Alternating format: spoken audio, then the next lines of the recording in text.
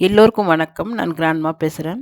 2026ஆம் ஆண்டுக்கான தமிழக சட்டப்பேரவைத் தேர்தலில் அபாரமாக வெற்றி பெற்றுள்ளது தமிழக வெற்றிக் கழகம்.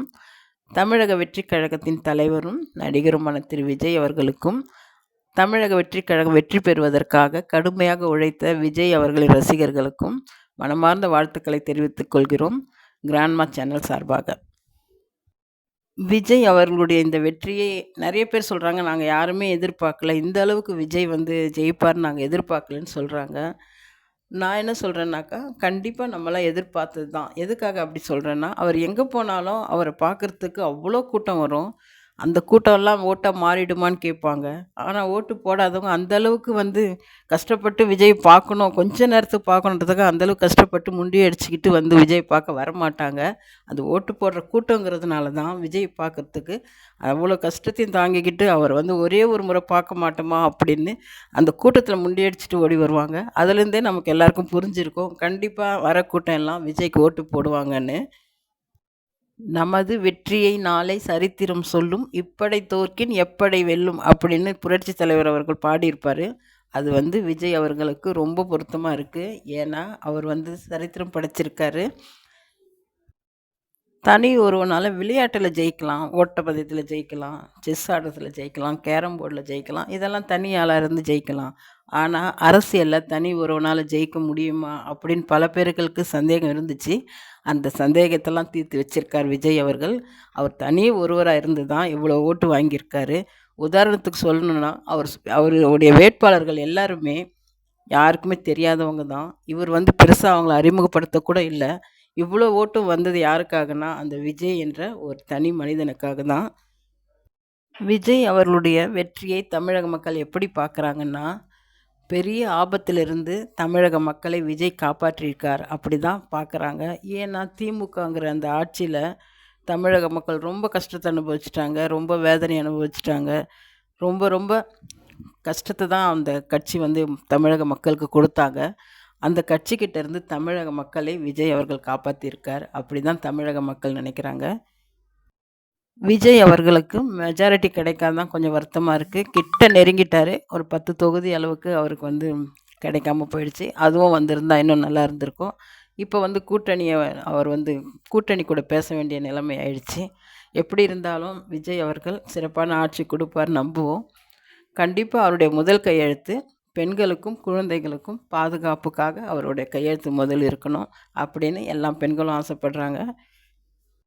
திராவிட முன்னேற்ற கழக கட்சி 75 வருஷ பழமையான கட்சி. இதை யாருமே ஒன்றும் பண்ண முடியாது. இதை அழிக்க நினச்சவங்கலாம் அழிஞ்சு போயிட்டாங்க. பெரிய பெரிய கட்சியெல்லாம் அழிஞ்சு போயிட்டாங்க. 2 வருஷத்துக்கு முன்னாடி ஆரம்பித்த விஜய் இந்த கட்சி என்ன பண்ண முடியும் அப்படின்னு திமிரா பேசிக்கிட்டு இருந்தாங்க. அதையெல்லாம் பொய்யாக்கி விஜய் அவர்கள் ஒரே நிமிஷத்தில் அந்த கட்சியை தூக்கி போட்டுட்டாரு. அந்த கட்சியை மட்டும் இல்லை, அந்த கட்சியோட தலைவரும் தோற்கடிக்க வச்சுட்டாரு. இனிமேலாவது திராவிட முன்னேற்ற கழக கட்சிக்காரர்கள்லாம் நினைக்கணும், நம்ம அரசியலுக்கு வர்றதே மக்களுக்கு நல்லது செய்கிறதுக்காக தான், மக்களுக்கு சேவை செய்கிறதுக்காக தான். அதை செய்ய தவறியதால் தான் இன்றைக்கி நம்மளும் தோற்று நம்முடைய கட்சி தலைவரும் தோற்றுட்டாரு அப்படின்னு அவங்க உணரணும். திமுக கட்சிக்காரங்களாம் என்ன நினச்சிக்கிட்டு இருந்தாங்கன்னா, திமுகவை எதிர்க்க ஆளே கிடையாது, இனிமேல் எப்போவுமே திமுக தான் தமிழ்நாட்டில் ஆட்சி அமைக்கும் அப்படின்னு நினச்சிக்கிட்டு இருந்தாங்க. அதுக்கு என்ன காரணம்னா, செல்வி ஜெயலலிதா அவர்கள் இறந்துட்டாங்க. அந்த கட்சி எல்லோரும் சண்டை போட்டு பிரிஞ்சிட்டாங்க. அதனால் மக்கள் அவங்களுக்கு ஓட்டு போட மாட்டாங்க. பிஜேபி வந்தாக்கா அவங்கள மதவாத கட்சின்னு சொல்லிடலாம். அப்போது மக்கள் அவங்களுக்கும் ஓட்டு போட மாட்டாங்க. இதையெல்லாம் சொல்லியே நாம் தான் ஜெயிப்போம், மக்கள் அவங்களுக்கு ஓட்டு போட மாட்டாங்க, நம்மளுக்கு மட்டும்தான் ஓட்டு போடுவாங்க, நம்மளை எதிர்க்கிறதுக்கு எந்த கட்சியும் இல்லை அப்படின்னு நினச்சிக்கிட்டு இருந்தாங்க. ஆனால் விஜய் வந்ததுக்கப்புறம் அந்த நினைப்பெல்லாம் பொய்யாயிடுச்சு. விஜய் கட்சி ஆரம்பித்த பிறகு கூட விஜய் பார்த்து அவங்களுக்கு பயமே கிடையாது. ஏன்னா அவருக்கு அரசியல் அனுபவம் இல்லை, இவர் எங்கேருந்து ஜெயிக்க போகிறாரு, இவரெல்லாம் ஒரு ஆளே கிடையாது அப்படி தான் நினச்சிக்கிட்டு இருந்தாங்க. அவர் பிரச்சாரத்தில் திமுகவை எதிர்க்க தான் அவங்களுக்கு விஜய் மேலே கோவம் அவங்க பதிலுக்கு இவருக்கு தொல்லை கொடுக்க ஆரம்பித்தாங்க. ஆனால் இப்போ புரிஞ்சுக்கிட்டு இருப்பாங்க, நம்ம நினச்சதெல்லாம் தவறு, விஜய் ஒரு பெரிய சக்தி தான் அப்படின்னு இப்போ புரிஞ்சிருப்பாங்க. இப்போ கூட திமுககாரங்க விஜய் அவர்கள் ஆட்சி அமைக்கக்கூடாதுன்னு ஏதாவது ஒரு வழியில் தடங்கல் பண்ணிக்கிட்டு தான் இருப்பாங்க. ஆனால் விஜய் அவர்கள் அதை எல்லாத்தையும் சமாளிச்சிடுவார். ஏன்னா இதுவரைக்கும் அவங்க கொடுத்த தொல்லைகள், பிரச்சனைகள் எவ்வளவோ அதையெல்லாம் சமாளித்தவர். இனிமேல் கண்டிப்பாக அவரால் சமாளிக்க முடியும். கண்டிப்பாக சமாளித்து அவர் முதலமைச்சர் ஆவார். அந்த நாளுக்காக நாம் எல்லாம் எதிர்பார்த்துக்கிட்டு இருக்கோம். விஜய் அவர்கள் அரசியலுக்கு புதுசுனாலும் அவர் எந்த அனுபவமும் இல்லை, எந்த கட்சி கூட அவர் இல்லை. அவர் புதுசாக அவர் தொடங்கினார் கட்சி.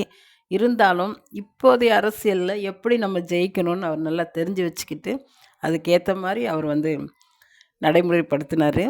அதுக்கேற்ற மாதிரி அவர் ஜெயிச்சும் காட்டிட்டார். அவர் குறிப்பாக பிள்ளைகளை அவர் கையில் எடுத்தது ரொம்ப சரியான விஷயம்.